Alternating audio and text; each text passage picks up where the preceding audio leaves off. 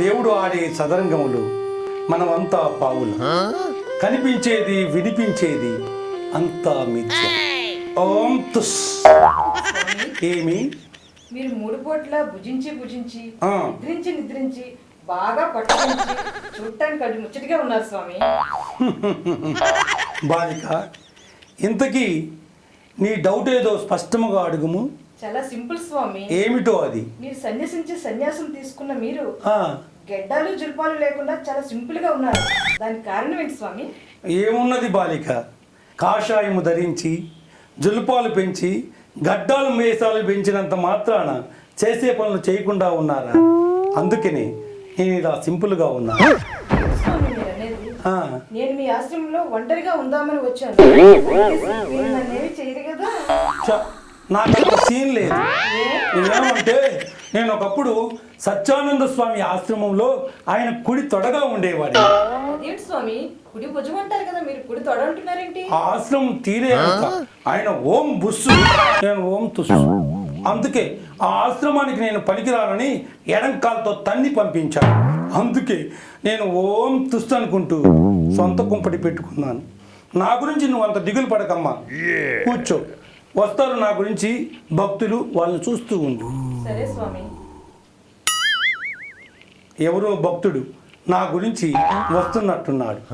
స్వామి ఏమి? ఆయన రాక మీరు ఎలా గమనించుతారు? చాలా సింపుల్ తల్లి. రాత్రిపూట పందికొక్కు జలజలా పాకినట్టు వారి అడుగుల శబ్దంతో గ్రహించాను. ఓం తుస్ ఓం తుస్.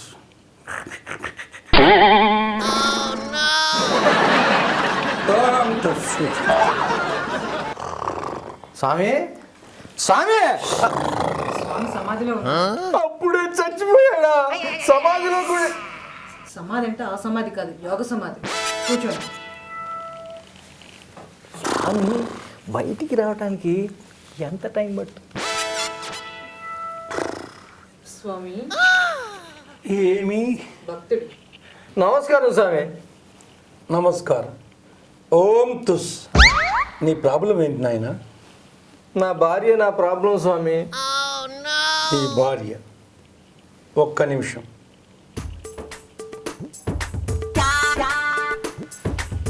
నిన్ను ఇంట్లో అంట్లన్నీ తోమని ఇబ్బంది పెడుతుంది కదూ? అవును స్వామి. వంట నీ చేతే చేయిస్తుంది కదూ? అవును స్వామి. దొడ్లు బాత్రూములు కూడా నీ చేత కడిగిస్తుంది కదూ? అవును స్వామి. సమయం దొరికినప్పుడల్లా ఒక్కటే తన్ను తంతుంది కదూ? స్వామి అన్ని కరెక్టే స్వామి. దీనికి ఏదన్నా సొల్యూషన్ చెప్పండి స్వామి. తప్పనిసరిగా చెప్తాను ఆయన. ముందు నీ భార్య గురించి వివరాలు నాకు తెలియజేయి. స్వామి ఏమి? నా భార్య పేరు శోభ స్వామి. ఓహో, ఏ ఊరు? ఒంగోలు స్వామి. ఒంగోలు దగ్గర ఎక్కడ? గద్దలగుంట స్వామి. ఆమె వయసు ఎంత ఉంటుంది? 25-26 ఉంటాయి స్వామి. ఆమె తెల్లగా ఉంటుందా? అవును స్వామి, తెల్లగా ఉంటుంది స్వామి. హైట్ ఎంత ఉంటుంది? 5 అడుగుల 2 అంగుళాలు ఉంటుంది స్వామి. ఒక్క నిమిషం, మళ్ళీ ఒకసారి చెప్పండి. పేరు శోభ స్వామి. ఆ, ఒంగోలు స్వామి. ఆ. ఒంగోలు దగ్గర గద్దలుగా ఉంటుంది స్వామి. ఎర్రగా ఉంటుంది స్వామి. 5 అడుగుల 2 అంగుళాలు ఉంటుంది స్వామి. ఆమె పేరు శోభయ్య ఉండదు, రంగమ్మయ్య ఉండాలి. అవును స్వామి, అసలు పేరు రంగమ్మే స్వామి. స్టైల్గా ఉంటుందని నేనే మార్చాను స్వామి. ఆమెకి బుగ్గ మీద ఒక పుట్టుమచ్చ ఉండాలి స్వామి. మెడ మీద కూడా ఒక పుట్టుమచ్చ ఉండాలి స్వామి.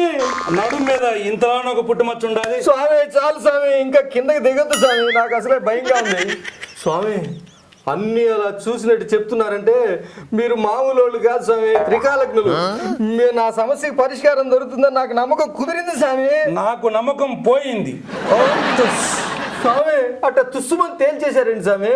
అదంతే నాయన. స్వామి మీకు ఇన్ని పూజలు వచ్చు, ఇన్ని మంత్రాలు వచ్చు, ఇన్ని తంత్రాలు వచ్చు, మీరే ఎట్టంటే ఎట్ట స్వామి? అవన్నీ ఆమె మీద పనిచేయవు నాయన.